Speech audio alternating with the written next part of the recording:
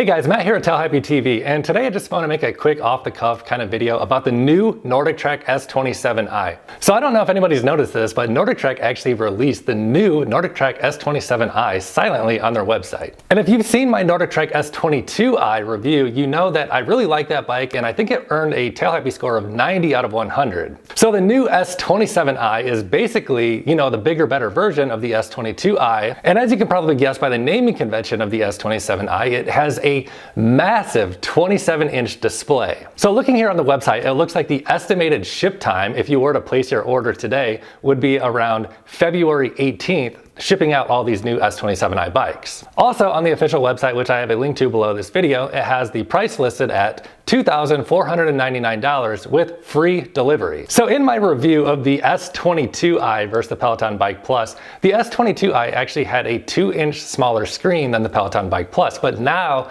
the NordicTrack S27i has a much larger screen than the Peloton Bike Plus. It's actually 3 inches larger diagonally, so the display on this S27i is gonna be basically the biggest display we've seen on any indoor bike so far. And obviously, since this is a NordicTrack bike, this is gonna operate on the iFit platform, just like the S22i, the S15i. And as you may already know, iFit is known for their great scenic outdoor rides. Also on the new NordicTrack S27i, the S27i will actually have forward-facing 30-watt speakers. So just like the new S22i that was just released, that has forward-facing speakers as well, so will the new NordicTrack S27i. So with those forward-facing speakers, I'm guessing you'll get a lot more clear audio, since on the previous version of the S22i, it kind of had a little bit underwhelming speakers and they pointed backwards, as I pointed out in my review of the S22i. So with those forward-facing speakers, that audio will be much more clear. And then also the 30-watt speaker system is actually more powerful than what the Peloton Bike Plus lists. So the Peloton Bike Plus has a really great sounding audio system, but I believe it was like 24 watts of output or something. I'll correct that if I'm wrong here in a little note below.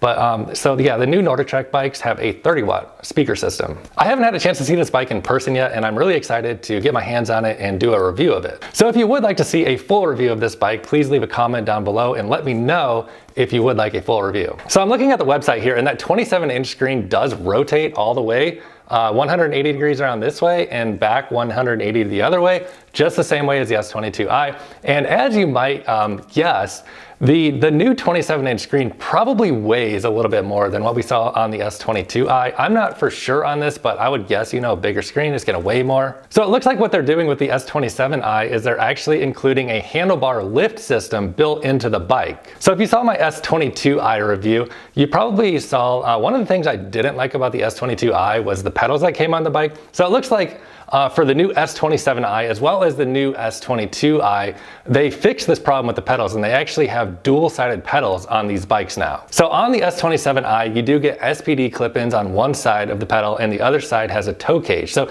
you don't need any sort of special shoes for the new bike, but you can clip in with SPD clip-ins. So I'm looking here at the spec sheet, and this bike is listed at 217 pounds. So the new S27i is by far the heaviest bike that I've seen so far. Just like in my S22i review, one of the things I said about it was it's a heavy bike, and probably that's because of that incline and decline motor built into these bikes.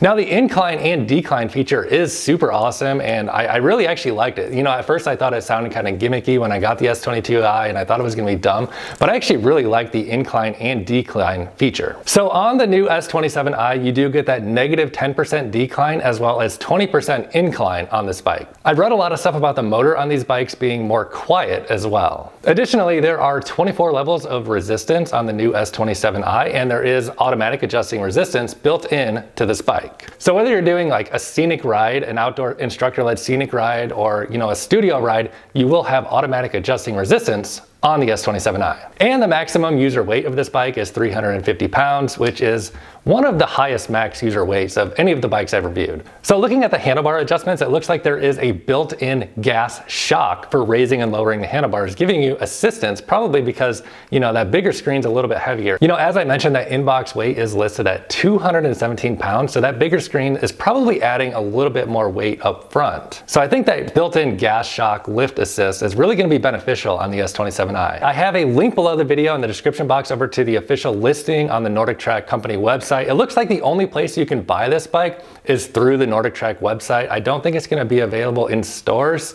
So if you want to buy it, I think you have to buy it through the company website, which I have a link below. And also I have a link to tailhappytv.com below where I have my official review on the NordicTrack S27i. I'll be adding more info to this review as I learn more about this bike myself, and hopefully I can get my hands on one soon and do a full review. I'm pretty excited about this S27i. We just have not seen a bike with a massive screen like this yet.